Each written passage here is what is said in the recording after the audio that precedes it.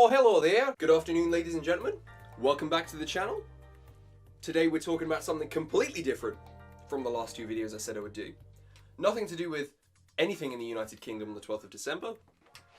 Nothing to do with social media culture. We are taking a complete double divergence from the game plan because we are diverging from the game plan and we're diverging from the divergence from the game plan. So we're going to come right back around and do the game plan eventually, but I don't know when the fuck that's going to be.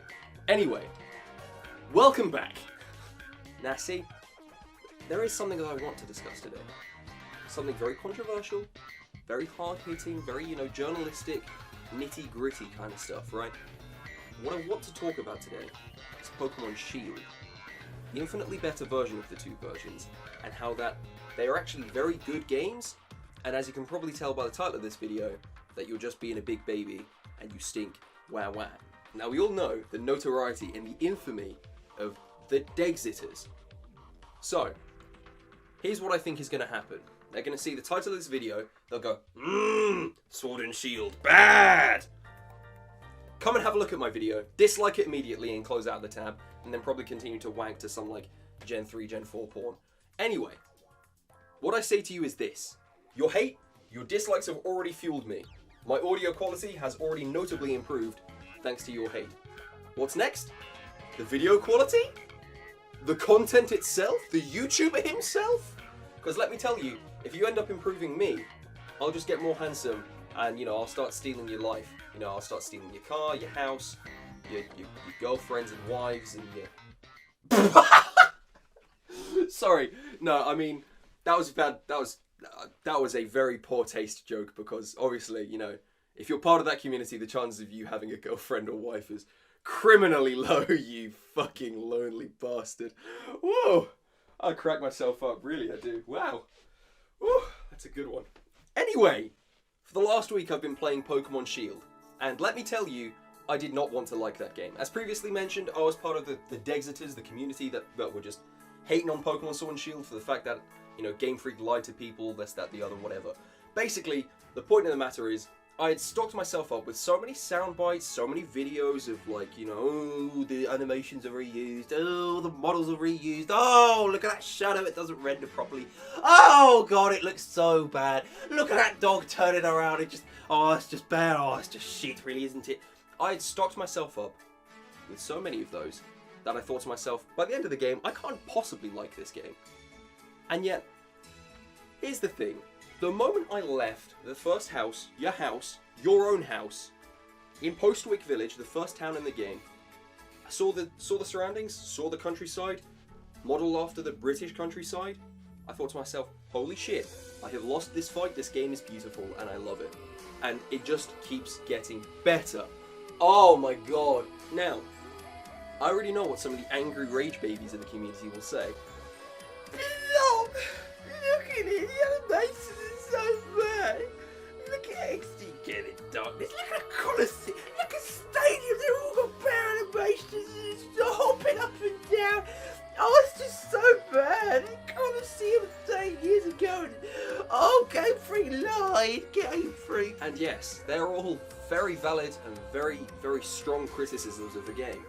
The fact of the matter is, Pokemon Sword and Shield aren't perfect games. They are rife with their issues, their reused models, animations, whatever, and the kinds of problems that any long-term Pokemon fan should be able to see from a distance and go, yeah, that's kind of whack.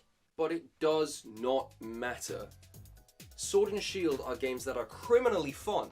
From the very beginning, the storyline is just so simple. And yes, I recognize that for a lot of people, that's probably not what they're looking for in a Pokemon game, and that's fine. However, from the start of the game, it's just all about your journey through Galar.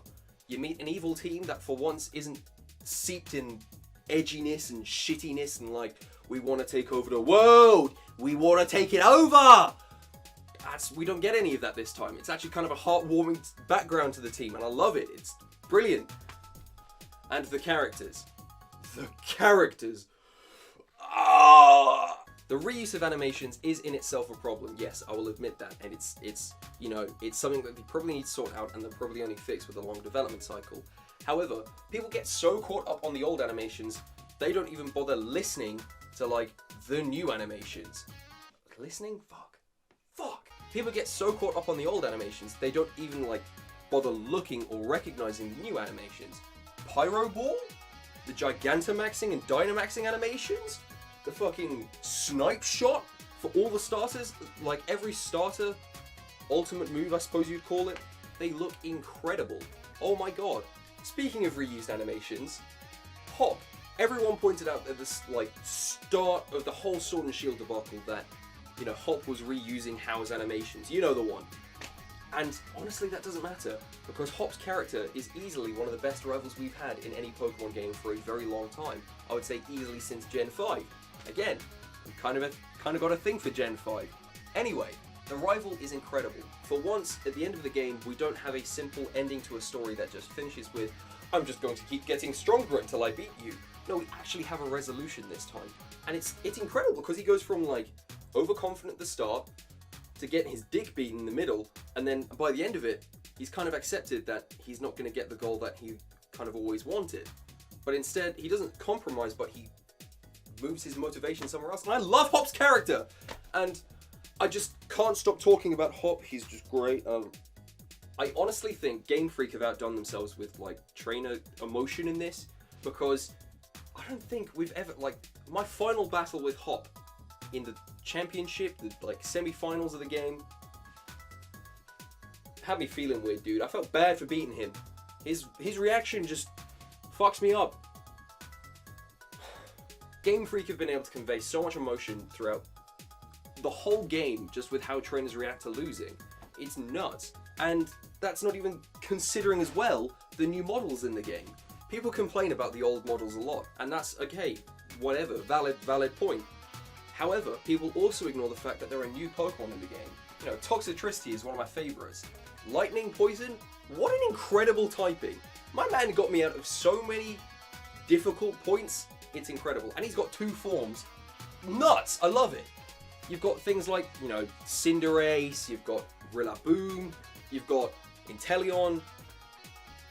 All parts of British culture, I guess. Yeah, sure, you've got Beckham, you've got James Bond, you've got the ape from Cadbury's ad. Shit. I'm not saying that all the good stuff I've said about Sword and Shield should excuse the bad stuff about it, okay? Yes. Turning on the spot animations in 2019, that's bad. Reuse of animations for like things like kicking, just hopping up in the ground, yes, that's kind of bad. Trainers disappearing when an attack is used, yes, that's bad. However, I honestly think that if you're a long-term Pokemon fan and you're not buying Sword and Shield because, you know, of all these problems, you're doing yourself a disservice, yeah?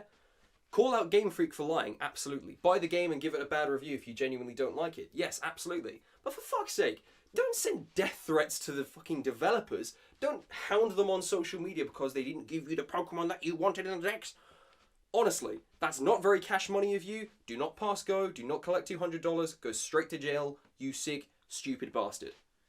Anyway, back to shilling. You can see from how the game has released on the Switch, and how it's been received and the sales, that yes, it's been a very successful launch, and it's been a very good debut for the game on the console. However, Game Freak probably needs to take a step back, have a look at the controversy surrounding the game, and go, ah shit, maybe we shouldn't do 1-year development cycles, because that's kind of whack. And yeah, I did feel a little bit bad when morale in Game Freak was low, but there comes an expectation that there's going to be a bit of, you know, change after that, maybe, hopefully. Please don't take a year to develop your games. Take a break a little bit, 2 years, 3 years. Ugh. Now, as previously mentioned, Gen 5 is my favourite generation thus far.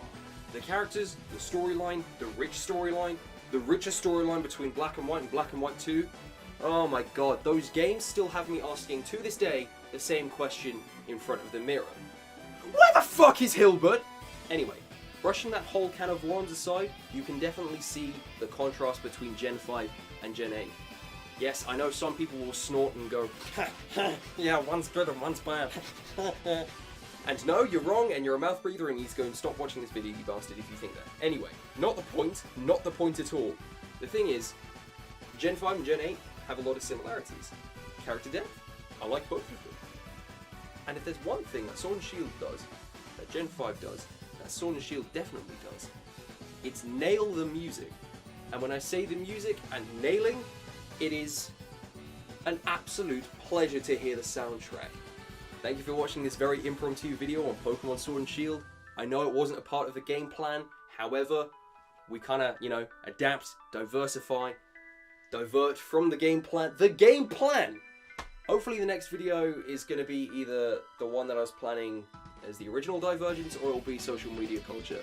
But my hope is that over the next 3 weeks I'm going to try and get a new video out each week. If it doesn't happen, I'll see you in 3 months, because the demoralization and the demotivation will hit me if I don't get another video out next week. Anyway, hopefully see you soon. Otherwise, see you when I see you. Thank you very much for watching. Please subscribe to my channel so I don't have to have the username derpinated on here anymore. I'm looking at you, 12-year-old Rob, you fucking idiot.